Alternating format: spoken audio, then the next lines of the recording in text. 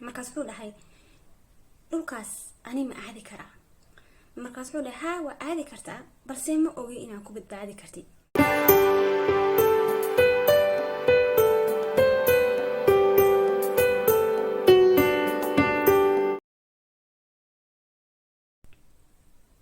السلام عليكم ورحمة الله وبركاته. دمانتي وادين سلامي إلهي وحاني دين كجرجينيا عمري دير عبادة دميستراني عافماد مالك سو دنيا دكا جوكتان كسو دوادا channel كس ألفا أدينكو آدي آدو مهدسن وانيو شكرين آدن ودين دادي هنايو maanta marka waxaan jeclaystay inaan idinla wadaago sheeko ama dhaxmartay diidin iyo kalluun ama malaay saa u taqaanid. marka waxaa jiray waagan diidin ayaa soo baxay oo wuxuu aaday meel qalalan ee dhulkan anaga aan ku noolnahay, diidimada oo dhulka iyo biyaha labada ku noolaan karo. markaasuu soo laabtay badii ayuu kusoo dhex laabtay. markaasuu wuxuu arkay kalluunkiya wuxuu dhahay wardiidiino kuma arkine halkeed aaday. markaasuu wuxuu dhahay waxaan ku maqnaa dhulkii qalalnaa. markaas wuxuu dhahay dhulka qalalan aa sheegaysid muxuu yahay.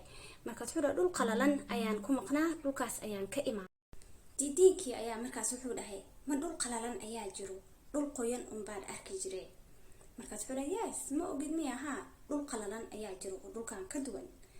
oo markaas wuxuu dhahay dhulka qalalan ma sidii halkaan oo kale taa iftiinka nalka laga dhex arkaya biyaha dhexdooda. markaas wuxuu dhahay maya dhulkaas waa dhul qalalan oo biyo laguma dhex jiro oo biyo laguma dhex noolo. biyo la-aantood biyaha gooni waaye waa loo baahan yahay waa la isticmaalaa balse biyaha 24 saac laguma dhex jiro sida halkaan oo kaleeto. markaas wuxuu dhahay dhulkaas ma dhul ma aragtaan ku dhex dabaalan karaa. markaas wuxuu dhahay maya kuma dhex dabaalan kartid waayo biyo maba lahanaan ku dhahay. markaas wuxuu dhahay niyow waxa ii sheegaysa wax jiro ma ahan, dhulka aa sheegaysa dhul jiro ma ahan, waa waxaad iska soo aliifatay. markaas wuxuu dhahay maya waa run waa wax jiro balse hadda adigii aaminaynin waa mid adiga kuu taalo. adiga waxaad aaminsaneen kaama dhaadhicin karo balse adaa xor ah. markaas wuxuu dhahay dhulka qalalan oo dhulkaan ahayn oo biyo lagu dabaasho lahayn oo waxba lahayn sidee u dhici kartaa? wax dhici kara maba ahane. markaas wuxuu dhahay haa waa wax dhici karo wayna dhaceen. markaas wuxuu dhahay dhulkaas ani ma aadi karaa. markaas wuxuu dhahay haa waa aadi kartaa balse ma ogi inaan ku badbaadi kartid waayo biyahaas la-aantood biyo la-aantood ma noolaan kartid balse ani labada waa ku noolaan karaa. markaas wuxuu dhahay nihow beena ii sheegaysa waxaad soo aliftay aad rabtaa aniga inaa iga dhaadhicisid, dhulkaas maba jirabo waa wax adi jeebkaaga ka wadatid. markaas ayuu dhahay waxaad adiga aaminsaneen ama adiga kaa dhaadhacsaneen ani kuma aaminsiin karo, waxa adee kuu taalaa haddii aad aaminaysid iyo haddii kale balse dhulkaas waa dhul jiro, waa noloshaad waa nolol jirto, waa nolol dadka ku nool yihiin. markaas ayuu dhahay beenaalaa tahay dhul qallan ma jiro mana aaminsani taas aniga. marka sheekadan waxa naga anfici karo oon idin la wadaagayo waxay tahay kow horta qofka wuxuu asaga ka dhaadhacsaneen ama fahansaneen ma fahansiin kartid mana ka dhaadhacsiin kartid. marka hala doodin qof maskaxdiisa xiran tahay, hala doodin qof ma aragta weligiis koomba ku dhex jiray, hala doodin qof aan khibrad iyo aqoon lahayn, hala doodin qof aan fursad u helin inuu arko meeshuu asaga ku nool yahay ama meesha ayada ku noosha meel ka duwan.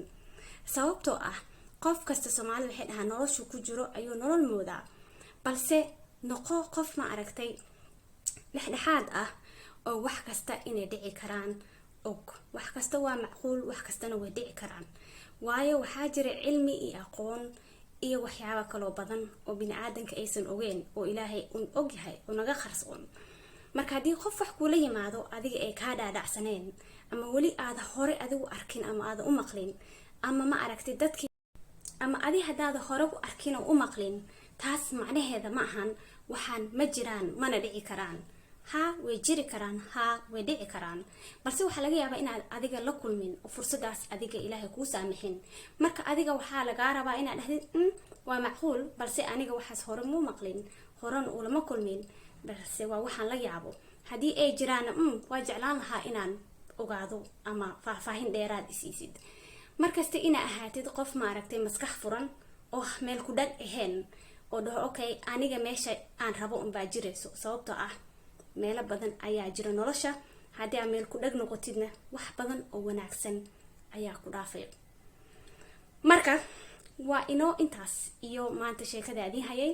waa inoo mar dambe xiiso leh haddii eebaha wada la idmo iyo video dambe xiiso leh. fadlan haddaan ugu cusub tahay subscribe saar, like saar, dadkana la sii wadaag adigoo aad iyo aad u mahadsan.